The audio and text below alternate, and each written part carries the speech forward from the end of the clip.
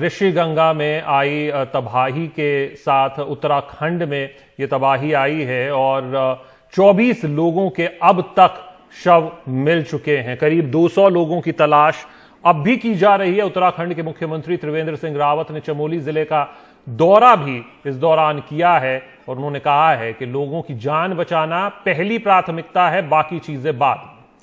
आपको हम लगातार वो तस्वीरें दिखा रहे हैं उत्तराखंड में जिस वक्त ये तबाही मची थी, एक तरह से जल प्रलय की ये तस्वीरें आप देख सकते हैं। इस हादसे को लेकर कई तरह की थ्योरीज, कई बातें सामने आ रही है। हम इस तबाही से जुड़ी सभी थ्योरीज के बारे में आपको सिलसिलेवार तरीके से बताने की कोशिश करते हैं। साथ ही आपको ये भी बता दें कि एक टनल है तपोवन में जो कि चमोली में पड़ता है, वहां पर अभी भी करीब 37 लोग फंसे हुए हैं। आईटीबीपी एनडीआरएफ की टीम लगातार जुटी हुई है उनको निकालने की कोशिश में, उनसे संपर्क साधने के लिए। कई तरह की मुश्किलातें भी पेश आ रही हैं।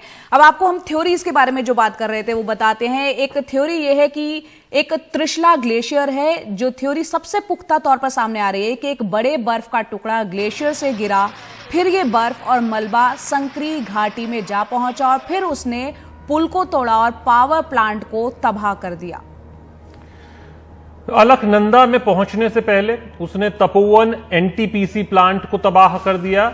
ये भी उसी से जुड़ी हुई एक थियरी है। और यहां मलबा, पत्थर और चट्टान ने भारी तबाही मचाई और हादसे के बाद रविवार से ही, जैसा कि हम आपको तस्वीरों के जरिए भी दिखा रहे हैं, लगातार खबरों के जरिए भी दिखा रहे हैं और जो वहां पर मौजूद हैं उनके जरिए भी बताने की कोशिश कर रहे हैं कि किस तरीके से ये राहत अभियान चलाया जा रहा है। बिल्कुल। और अभी कई सारी थ्योरीज हैं कि आखिर अचानक से चमोली में ये बाढ़ क्यों आई। क्या हैंगिंग ग्लेशियर से ग्लेशियर टूटा, ये बड़ा सवाल है कि क्या इस वजह से अचानक से जलस्तर बढ़ गया, बाढ़ आ गई, या फिर क्या ये हिमस्खलन था जिसकी वजह से मलबा नदी में गिरा और फिर बाढ़ आई। एक और थ्योरी है और वो ये कि जो इस खबर को शुरुआत से देख रहा है, जो सबसे पहली जो आई थी खबर वहां से, उसमें एक थियरी ये भी थी कि क्या बादल फटा है। बादल फटने का हम आपको ये जरूर बता दें कि केदारनाथ के वक्त बादल फटा था और उस समय जिस तरीके का मंजर था ये उतना भयावह नहीं था क्योंकि आगे जाके जो इसका फ्लो था वो सामान्य हो गया और वो रुक गया। हालांकि ज्यादातर एक्सपर्ट्स का कहना और मानना यह है कि ऐसा होने की संभावनाएं कम हैं क्योंकि कुछ दिन पहले बारिश हुई थी। बिल्कुल। आखिर क्या वजह है कि इस त्रासदी की, क्या हिमस्खलन हुआ या कुछ और हुआ? क्या इलाके में क्लाइमेट चेंज, जो जलवायु परिवर्तन है, ये उसका असर है? एक और बात भी ये है कि आसपास जो प्रोजेक्ट है उसमें जो खनन हुआ या पहाड़ को ब्लास्ट कर कर हटाने की जो कोशिश हुई, क्या उसकी वजह से ये आपदा आई?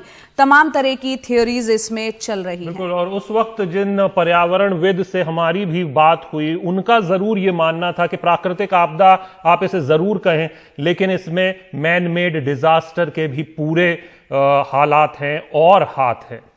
बिल्कुल। और अब हम आपको दो तस्वीरें दिखाते हैं जो कि सैटेलाइट से ली गई है, जिससे आपको पता चलेगा। ये वो दो तस्वीरें हैं। एक आप देख रहे हैं 6 तारीख 6 फरवरी जिस दिन ये घटना घटी, तबाही से पहले की दरअसल ये तस्वीर है। और दूसरी तस्वीर जिस दिन ये घटना घटी 7 तारीख की है, तबाही के बाद की। आप सैटेलाइट की जो इमेजेस हैं उन तस्वीरों के जरिए समझ सकते हैं कि किस तरह से हालात यहाँ बदले हैं। पहली तस्वीर आप देख रहे हैं, उसमें पूरा ग्लेशियर बना हुआ, बर्फ से ढका हुआ पूरा ग्लेशियर देख पा रहे हैं आप, सफेद एक तरीके से ग्लेशियर दिख रहा है। जबकि दूसरी तस्वीर में आप देख रहे हैं बिल्कुल कोने में नीचे की तरफ आप देखिए खड्डा नुमा जो पथरीला सा इलाका आपको दिख रहा है, वो धूल भरा जो नजर आ रहा है, वहां से बर्फ और मलबा नीचे आया होगा। इन सैटेलाइट की 2 इमेज के जरिए आप समझ सकते हैं कि तबाही से पहले का मंजर और बाद का मंजर क्या रहा है।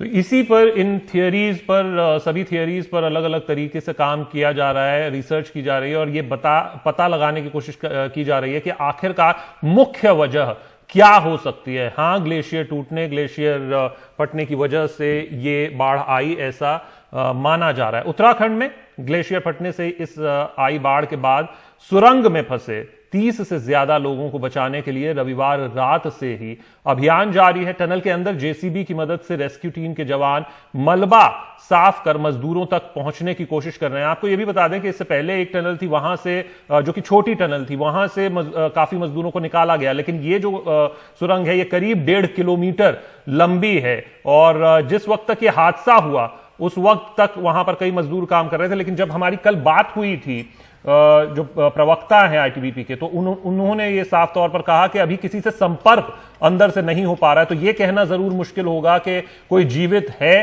कि नहीं है। और लास्ट जो रिपोर्ट्स आई तब तक 100 मीटर से ज्यादा की जो सुरंग थी उसका मलबा साफ कर लिया गया था, लेकिन अभी भी उतना ही और बाकी था। और यहाँ पर ताजा खबर ये भी है शशांक की, अभी सुबह की जो ताजा खबर आई है कि 37 लोग इस सुरंग में अभी भी फंसे हुए हैं, अभी किसी को नहीं निकाला जा सका है। काफी चुनौतीपूर्ण ये कार्य हो जाता है, चाहे आईटीबीपी के जवान हो, चाहे एनडीआरएफ की टीम हो, तमाम चुनौतियों से उनको जूझना पड़ रहा है। जेसीबी मशीन्स वहां पर मौजूद है।